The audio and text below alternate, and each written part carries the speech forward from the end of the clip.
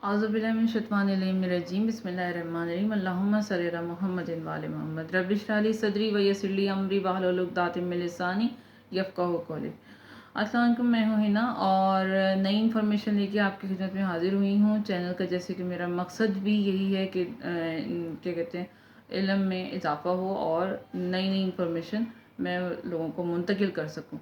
तो आज मैं बयान करूँगी क्योंकि ईद उल अज़हा है, ईद उल अज़हा का महीना है और ईद का बकरा ईद हो जो है 10 तारीख को है। उस हवाले से जो है मैं ज़िक्र करूँगी रिस्क की तंगी के हवाले से कि अगर ईद जो अमल में बताने लगी हूँ बहुत इजी है और वजह बताऊँगी कि क्यों बता रही हूँ और उसका क्या फ़ायदा है।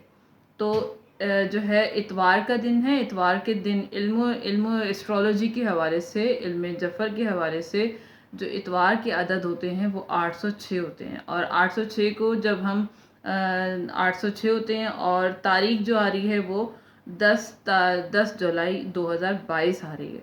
तो 8 प्लस 0 प्लस 6 को जब हम जमा करते हैं, जमा करें तो 14 आता है, ठीक है।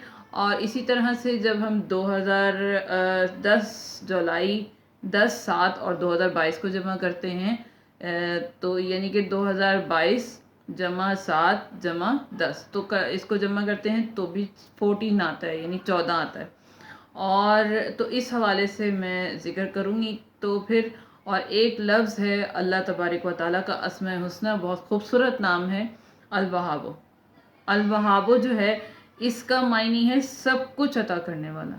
तो रिस्क के हवाले से मैं ज़िक्र करूँगी ख़ास तौर पे कि अगर ईद उल अज़हा वाले दिन जब आप कोई भी गोश्त काटें, यानी बकरा हो या गाय हो, जो भी आपने ज़िबा करनी है, अगर आपने ज़िबा नहीं भी किया तो गाय का जो कुर्बानी का गोश्त है, आप जिस कहीं से आया हो या आपने कुर्बानी की हो, उस गोश्त को जो है आप खाने से पकाएं और खाने से पहले जो भी लुक़मा लें, पहला लुक़मा, तो उससे पहले आपने अल-वहाब या 5 मरतबा या 3 मरतबा दरूद के साथ अल-वहाब 14 मरतबा लुक़मा लेने से पहले आप अगर खा लें, पढ़ लें, तो इंशाअल्लाह ताला रिज़्क़ के वसी दरवाज़े खुलते हैं।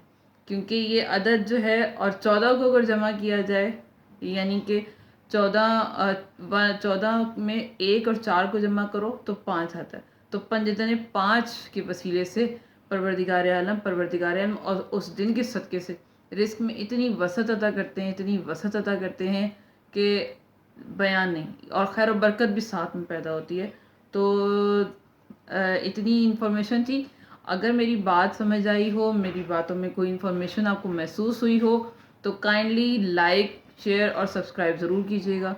बेल आइकन को ज़रूर दबाइएगा और मेरी वीडियो को आपने रिश्तेदारों से, फैमिली मेम्बर से और दोस्तों में शेयर ज़रूर कीजिएगा।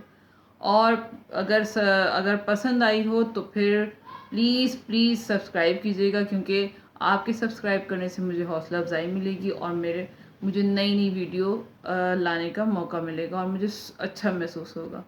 तो मिलती हूँ नेक्स्ट किसी वीडियो में जिसमें कोई इन्फॉर्मेशन हो। तो जब तक के लिए इजाज़त दीजिए।